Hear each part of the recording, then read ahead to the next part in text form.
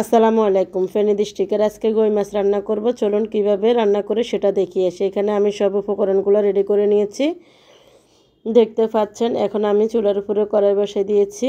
আজকে আমি বড় কড়াইয়ের মধ্যে এই কই মাছগুলো রান্না করব। তো এখানে আমি টমেটো, পেঁয়াজ কুচি এবং রসুন, কাঁচামরিচ সবগুলো দিয়ে ভালোভাবে একটু ভেজে নিচ্ছি। আসলে কিন্তু আমরা যেহেতু কই মাছ রান্না করি এভাবে খেতে অনেক মজা, আর যেহেতু শীতকাল আসছে তাতে তো কোনো কথাই নেই। তো দেখেন আমি একটু ভাজার পরে পরিমাণ মতো লবণ দিয়ে দিচ্ছি। এখন হলুদ, মরিচ, মশলা দিয়ে দিচ্ছি। এটা আমাদের ফেনী ডিস্ট্রিক্টে এইভাবে রান্না করে। আমি কিন্তু আপনাদের ফেনী ডিস্ট্রিক্টেরই মেয়ে। তো আমি ভালোভাবে আবারও মশলাগুলো ভালোভাবে একটু কষিয়ে নিচ্ছি। আসলে কিন্তু মশলা যত আমরা কষাবো ততই রান্নার স্বাদ অনেক মজা হয়। তো এখন আমার মশলা কষানোর শেষ, আমি কুটে ধুয়ে রাখা কই মাছগুলো দিয়ে দিচ্ছি। আমাদের ফেনী ডিস্ট্রিক্টের বাসায় এগুলোকে টাকি মাছ বলে, এবং কোন ডিস্ট্রিক্টে কী বলে জানি না, টাকি মাছ, কই মাছ এই দুই নামে এই মাছগুলো পরিচিত। এখন যেহেতু খাল, বিল, পুকুর সব জায়গায় পানি শুকিয়ে যাচ্ছে, তখন এই মাছগুলো প্রচুর পরিমাণে পাওয়া যায়। এগুলো বাজারেও অনেক পরিমাণে উঠে, তার দাম তো ছোঁয়ার বাহিরে, অনেক দাম এই মাছের। এই মাছ রান্নাটা অনেক মজা।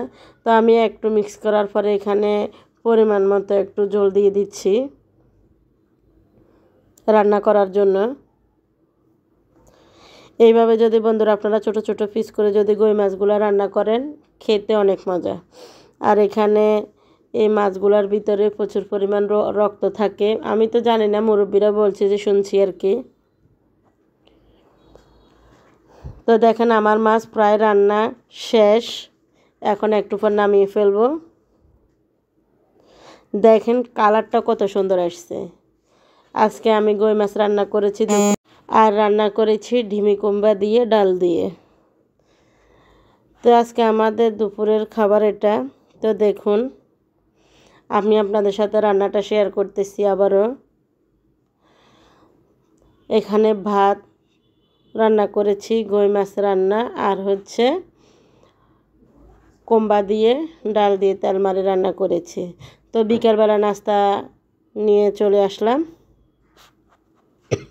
এখানে আমি চাউলের গুঁড়ি দিয়ে ফুলকো ফুলকো তেলের পিঠা বানিয়ে নিচ্ছি। পুলি পিঠা নামে পরিচিত একটা দিয়েছি, আরেকটা তুলে নিয়েছি। তো এটা অনেক মজা, একটু চিনি দিয়ে ঠান্ডা পানি দিয়ে মেখে নিলে হয়। তো আমি এখানে দেখেন রেডি করে নিয়েছি। তো বন্ধুরা, আমার ভিডিওটা যদি আপনাদের ভালো লাগে অবশ্যই আমার ইউটিউব চ্যানেলটা সাবস্ক্রাইব করে দিবেন প্লিজ। আর আপনারা একটি লাইক, একটি কমেন্ট করবেন। সবাই ভালো থাকবেন। আল্লাহ হাফেজ। আসসালাম।